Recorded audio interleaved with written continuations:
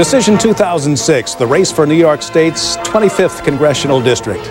Good morning and welcome to our debate live this morning in the NBC3 studios, featuring the candidates for Congress in New York's 25th Congressional District. I'm Don Lark, your moderator this morning. The candidates, 9-term Republican incumbent Congressman James Walsh and challenger Dan Maffei, a Democrat making his first run for elective office. So we'll start with opening statements, beginning alphabetically, as both candidates have agreed in advance. Mr. Maffei, you have 1 minute. Thank you, Don. I'm Dan Maffei, and I'm running for Congress because it's time to change the priorities in Washington. For too long, George Bush and his Republican Congress have taken us in the wrong direction, and we are paying a heavy price. Central New York factories closing, a reckless war in Iraq, the doubling of our nation's debt, tax breaks for big oil companies, and record cuts to student aid. These are not our priorities. They are hurting Central New York. My opponent says he brings back money to the district, but so does every member of Congress. And in the new Democratic majority, I will be well positioned to bring resources back to the district. But the true measure of a congressman's effectiveness is how he represents the people's priorities, not George Bush's priorities. In the last 6 years, Jim Walsh has voted with George W. Bush more than 9 out of 10 times. That's the wrong direction for Central New York. It's time for new ideas and a new direction. It's time for new leadership. Thank you. Thank you, Mr. Maffei. Congressman Walsh, your opening statement, 1 minute. Thank you, Don. For the last 18 years, the community of Central New York has given me a great honor to serve you in Washington. And in that time, I have dedicated myself to transforming Central New York and improving the quality of life. We now have the best VA hospital in the country. When I first went to Washington, it was an embarrassment. Onondaga Lake is in the process of a major transformation from becoming an eyesore for the community to a community asset. Syracuse Neighborhood Initiative is regenerating our neighborhoods all across the city, and downtown is abuzz with new development.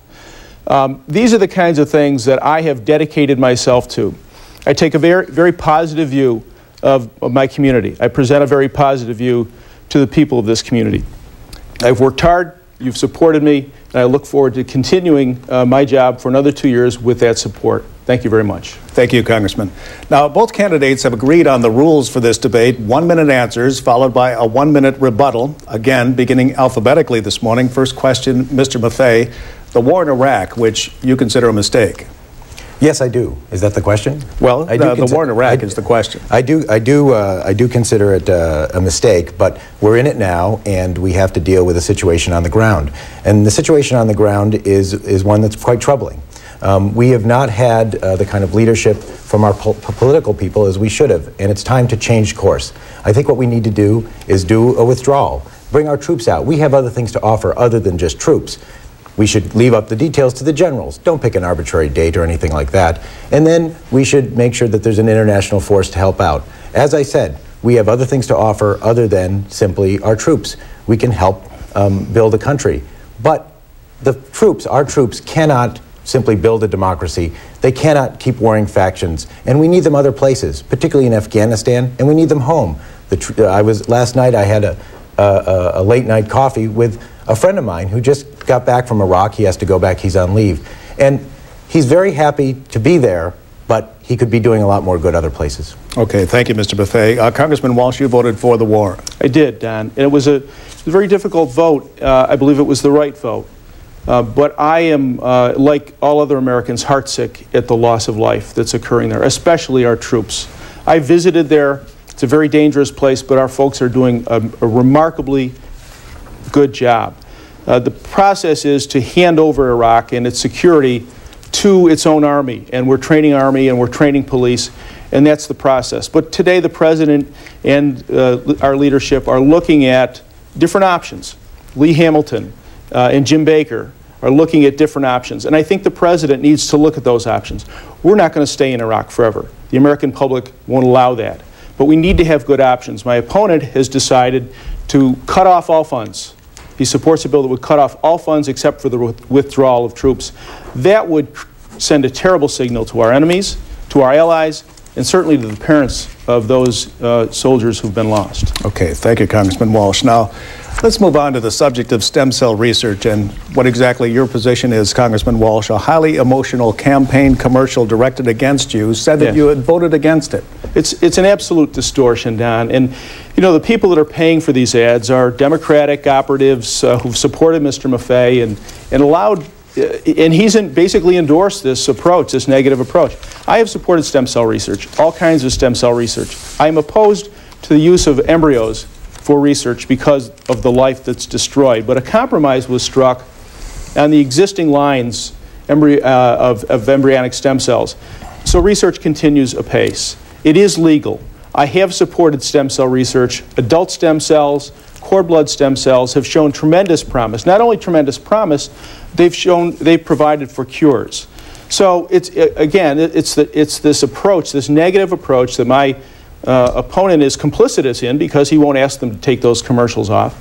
And it's insulting to me, I think, to the electorate, and it turns people off. Mr. Maffei, your response? I do have a very different view from Mr. Walsh on the stem cell research. I do support expanded stem cell research. It's extraordinarily important, and scientists acknowledge this, in terms of finding cures to diseases from diabetes, Alzheimer's, cancer, spinal cord injuries. The list is almost endless. To give those people hope. The congressman talks about compromise, and then he talks about his deeply held beliefs. I respect his deeply held beliefs, but how can you compromise them?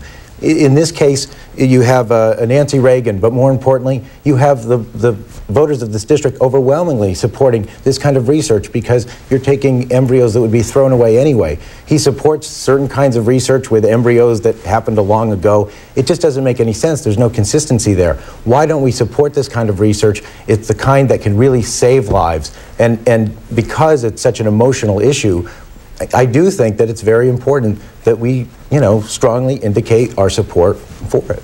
Okay. Thank you, Mr. Maffei.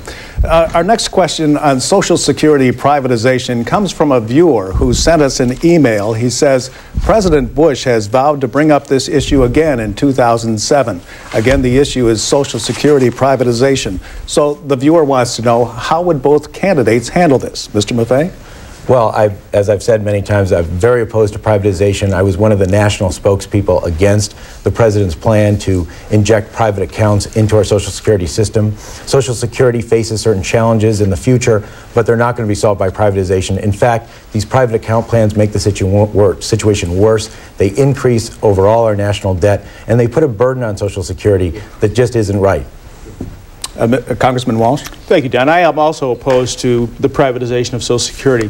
Social Security is a sacred trust between the country and its seniors. And probably Social Security and Medicare, those two programs combined, have created the most secure and healthiest generation of elderly in the world, in the history of the world. We can't experiment with that. We have to make sure that it is secure. Right now, it is secure. Medicare also. Both of those programs will need to be supported and reinforced. I think one of the ways to improve is to let folks have a debate about it. Let's have a debate about it. The president began a debate. The debate is not over. And I think people are concerned about the future. They're concerned about Social Security. There's no question. The younger generation has no faith in it. So we have to restore that faith in it by having a full and thorough debate looking at all the options. All right. Thank you, Congressman. We'd like you to start off with our next question from the newspaper this morning. The Post-Standard ran a story, an article saying that it's still cheaper to fly out of Buffalo and Rochester than it is to fly out of Syracuse. The question really, on the Regional Transportation Authority, would that be a better way to run Hancock Airport? Well, as a very frequent traveler, Don, we do need to make improvements at our airport. You go into the men's rooms or the restrooms, and the water doesn't work. There are vast areas of the airport that are unimproved. The carpets are torn. The paint's not as crisp as it should be. And I've proposed over and over that the city go to a regional transportation authority. What it would do is it would give the city bonding power that it doesn't have now. The airport is in many ways our front door. So we need to move to a single-purpose regional transportation authority with professional management, with bonding power that will make the investments in the airport, but also it will be able to have the flexibility